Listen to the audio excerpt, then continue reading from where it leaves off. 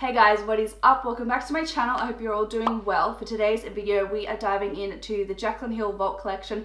Lucky last palette is Dark Magic. I have done an entire series on my channel. I will leave the rest of the palettes down below, and I'll also leave cards during this video if you wanted to check out some other reviews and demos that I've done with the rest of the Vault collection. But like I said, today it's Dark Magic's time. I hope you guys enjoy this video. Don't forget to hit that like, thumbs up button down below. And if you are new to my channel, welcome. My name is Ashlee. I would really appreciate it if you hit the subscribe button down below so you don't miss out on any of my new videos. But without any further ado, let's go. Let's get the easy stuff out of the way. It comes with 10 shadows, and these are what they look like here. The Dark Magic palette is definitely more on those deeper, darker, sultry colors. There's a lot of greens, blues, and some silvers in there, which aren't really that present in the original Jaclyn palette. This palette retails for $23 by itself on the Australian Morphe website, but if you did want to grab the whole Vault collection, it's $75. So it is cheaper to buy the whole Vault, but if you only like a few of the palettes, then you might just want to skip out on the Vault and just grab the palettes that you like. The shadows within this palette are definitely all of those deeper, darker, sultry, smoky shades. In my opinion, it's not really a complete palette. The shades in here are definitely a lot more dark. There's not very many kind of transition, kind of blending out shadows. You're really only kind of stuck with Shh or Potion here. And because of that, I just can't see you getting a vast variety of lots of different looks. You're kind of always going to go with neutrally black, you know, kind of colors, or you're going to delve into the blues and greens. I just don't feel like there's a lot of variety within the palette. So for me as a standalone palette, I don't think it's that great. That being said, as I've said throughout my entire series, these are the rejects from the original Jaclyn palette. So the way that they've been grouped is in a color story. So this one being the more sultry, tealy, deeper, darker shadows in one palette. I do feel like if you wanted to buy this palette, I feel like it's a very complementary color story to the original Jaclyn palette. That palette is very warm, neutral, kind of predominant palette. So adding in a few of these darker colors, I think would really amp up that palette and give it a little bit more options when it came to those nighttime and deepening up sultry colors. So now that's all been said and done, let's just jump into the swatches. I am going to swatch all 10 shades in the Dark Magic palette, and then we're going to jump into the original Jaclyn palette, and I'm going to see if there are any similar shades that we can swatch next to Dark Magic to see if we can find any dupes or kind of really similar shades within the two palettes. So let's jump right into that. So the first shade that we have in the palette is Poof. Then we're moving on to Power Cut, followed by Shh. Next we have Trickery, then Diversion. Next up we have Potion, moving on to Busted. Then we have Inside Job. Next up is Mojo. And then lastly is Temptress.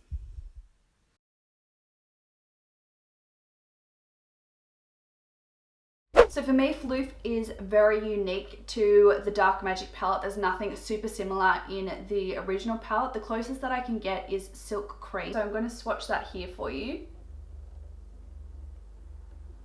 As you can see, Silk Cream is definitely a lot darker than Floof. Floof kind of blends into my skin tone really. So yeah, just Silk Cream is a lot darker, but that's really only similar shade that I can see in the palette. I do feel like, again, Power Cut, which is the silver in Dark Magic, is a very unique shade. There's nothing that's super silver. The most similar shade that I can see is Hustle. So I'm going to swatch that next to it, but Hustle is definitely a little bit more taupey brown, not so much of that electric silver. But I'm going to swatch Hustle just here. So as I said, Hustle is a lot more taupey brown, blushy in tone, whereas Power Cut is definitely that more kind of true silver. Now for me, Shh is a very unique shade. It's definitely kind of on the cooler tone browns. The most similar shade that I can see is Puder, but Puder is definitely a lot more warm tone. So I'm going to just swatch that here. Puder is definitely a lot more warm tone, whereas Shh is definitely that cool tone, mid-tone brown. The next shade along is Trickery, and Trickery is definitely that really deep emerald shimmer shade. The only similar shade within the original Jaclyn palette is Diva. So I'll swatch Diva here. So as you can see, Diva is a lot more lighter and a little bit more aqua tealy in tone, whereas Trickery is definitely that more of a forest green kind of color. Diversion is definitely a unique shade. Again, the most similar that I can see is 24/7, although 24/7 is a lot more brown toned, a lot warmer, whereas Diversion definitely has a lot more of a cooler vibe, but I'll swatch it here for you.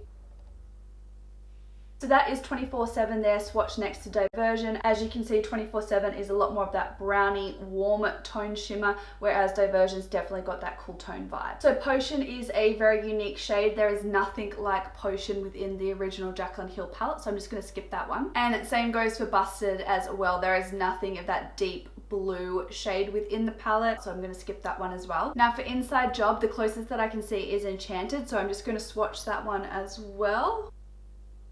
So this is a really awkward way to show the palettes, but I wanted to show you how Inside Job and Enchanted actually look in the palette. As you can see, they're actually really similar looking in the palettes, but when you swatch them, which I will, oh my gosh, but when you swatch them, you can definitely see that Inside Job definitely has a lot more of a bluey kind of color to it, whereas Enchanted is definitely that rich emerald green, which I think will actually really complement Trickery as well. But those are those two swatch there for you. Now for Mojo, I think Central Park is the closest shade there, and look, they're very similar, but I actually feel like Mojo swatches and has a lot more pigmentation than Central Park as well. But those are those two there for you. And then lastly, the only black shade that we have in the original palette is Abyss, and actually looking at those swatches, I think that Trickery is a better black than Abyss. There's a lot more pigmentation, it looks a lot deeper, and it swatches a lot better as well. But those are all of the shades compared with the original Jaclyn Hill and also Dark Magic. Oh my god, I've had lipstick on my teeth that whole time. Oh god, please don't let that be it. I apologize if I've had lipstick on my teeth that entire time. How embarrassing. Anyway, so now that you've seen the swatches, we're gonna go into the two looks that I've done for you. I've created a little bit more of a sultry kind of dark silver smoky eye, and then I've created this look as well, which is delving more into the greens and blues within the palette.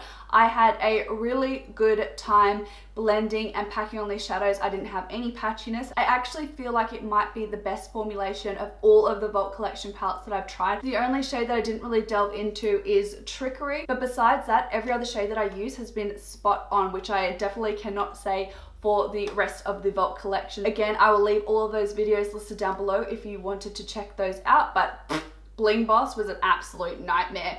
That is like the worst of the palettes, and probably one of the palettes that I was most excited about, which is so disappointing, but I had such a terrible time with the formulation of those shadows, and my eyes had like a weird freak out with them. So again, check that video out if you want to see a hot mess. But anyway, like I said, let's just jump right into the two demos that I've created using Dark Magic. So guys, I'm starting off this look today with the primed eyelid. I've just used concealer to prime my lid today, and we're taking the shade Mugshot from the Dark Magic palette, and I'm just going to begin to pack this shade right into the socket of my crease. I am making sure to go slightly above my crease because I do have hooded eyes. Then make sure that you do kind of lift up your eyebrow to make sure that you get any of the blank spaces that do form inside your crease. And I'm just going to build that up until I've got the desired intensity that I want. So next up, I'm taking the shade Shh, and I'm just going to be blending out Mugshot with that shade. I'm using a slightly tapered blending brush, so it's not too fluffy. It's best to use a brush that definitely has a taper to it so it doesn't blend out the shade too far. And I'm starting off by placing Shh halfway over Mugshot so you get that really nice gradient seamless blend between the two shades. Making sure to keep the shade quite low in the kind of lid space as well.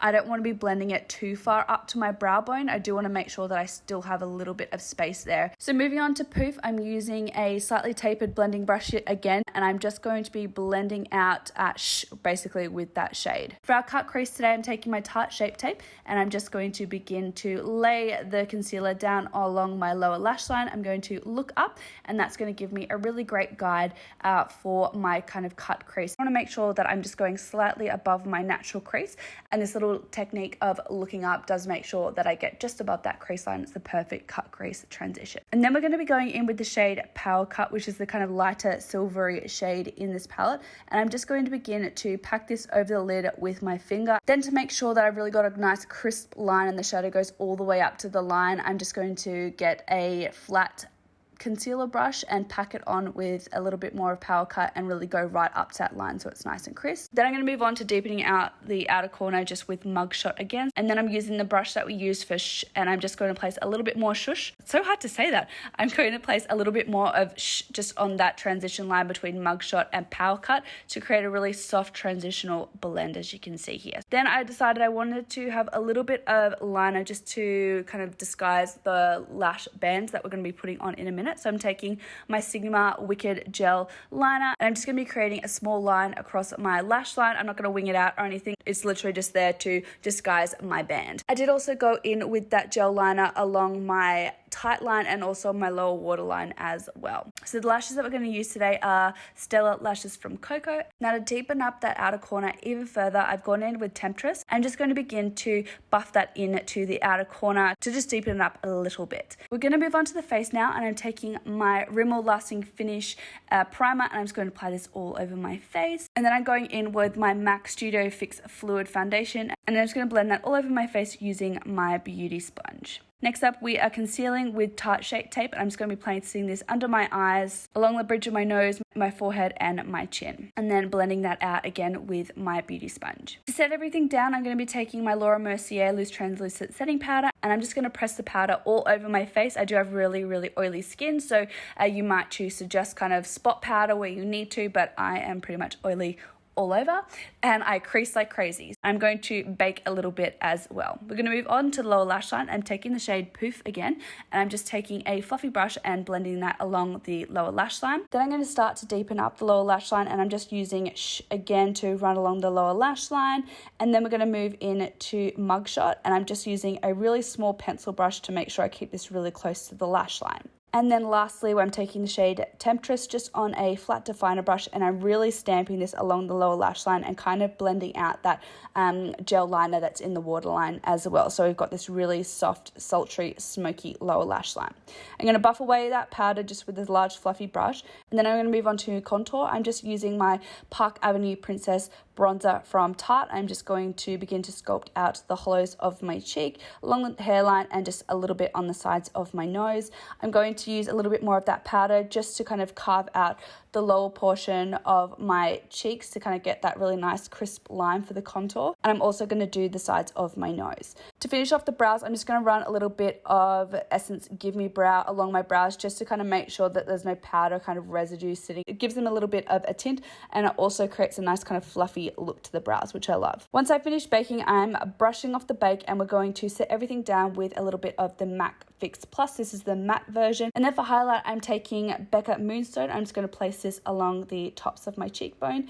I just wanted a little bit more shine, so I'm going in with Flexitarian from Colourpop, and I'm just going to use a slightly more tapered, smaller highlighting brush just to kind of really strategically place this on the really high points of the cheekbones. I did also use the Flexitarian for my inner corner and brow bone highlight as well. For bronzer, I'm going in with my Model's Own bronzer. I'm just using that same large fluffy brush that we used to dust away the powder just to bronze up and warm up the complexion. And then for lips, I'm going in with MAC's Spirit and I'm just going to apply that to my lips.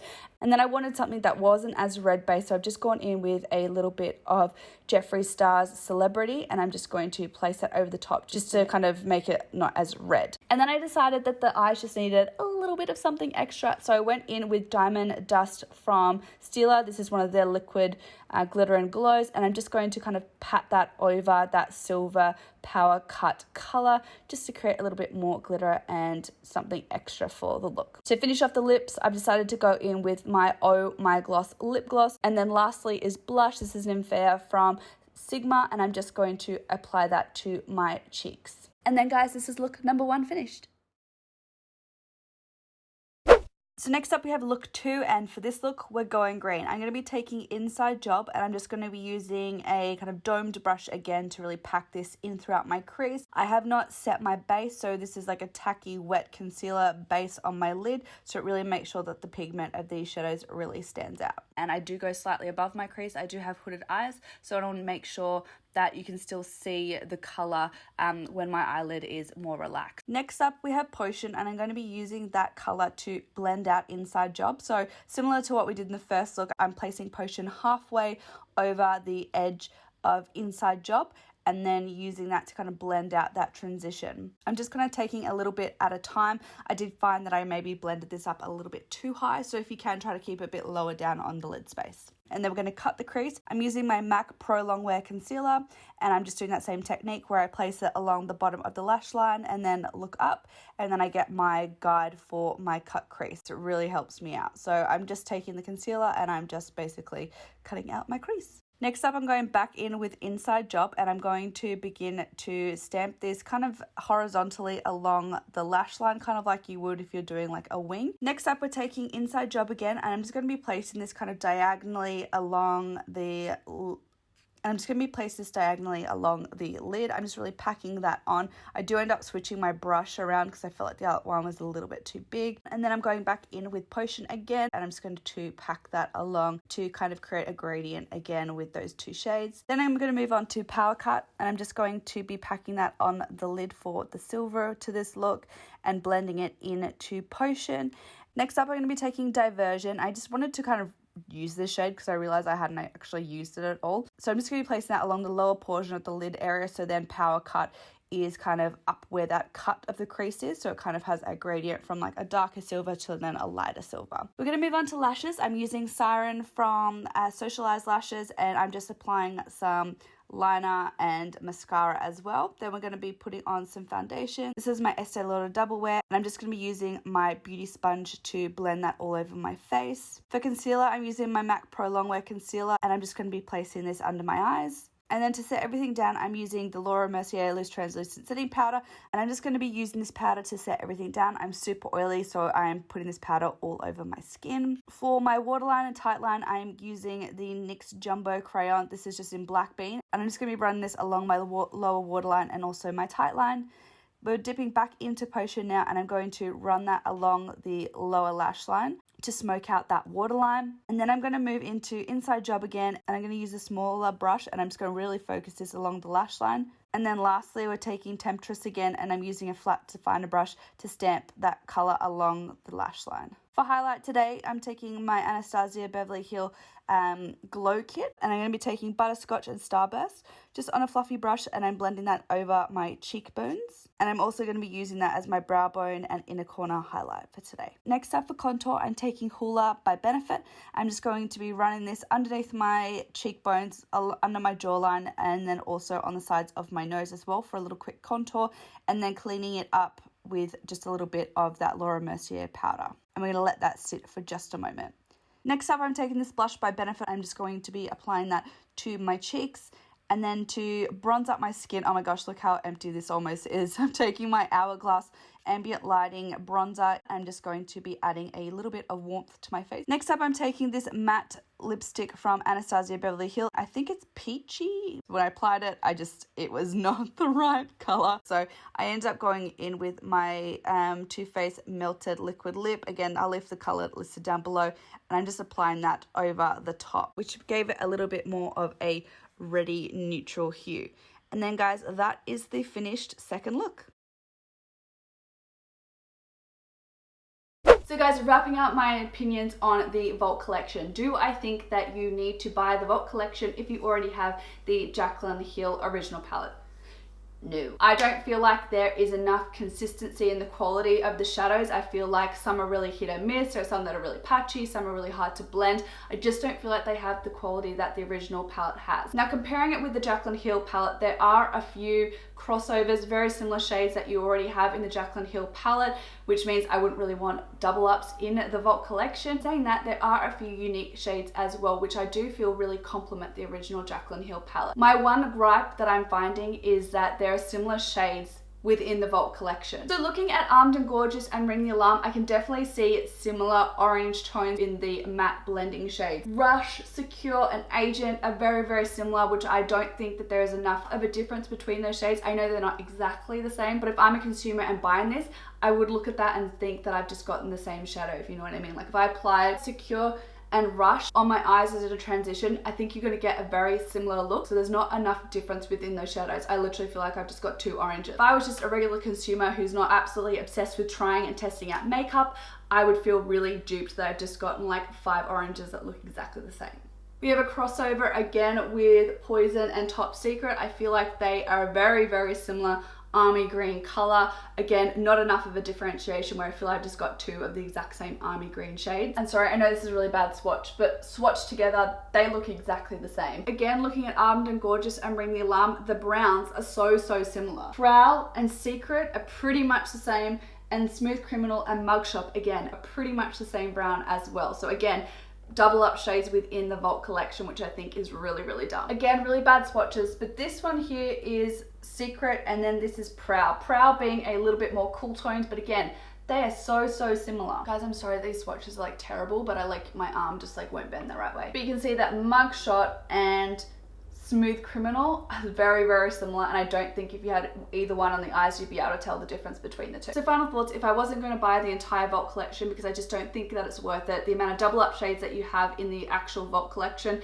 and then double up shades that you have in the original palette, I don't think it's worth it for the everyday makeup consumer. If you are going to buy one of the palettes, which is really going to complement the Jaclyn Hill palette, I would pick up the Dark Magic palette. It has the most complementary shades to really work in well with the Jaclyn Hill palette. There's a lot of unique shades in this one as well, and I feel like the black is a lot better.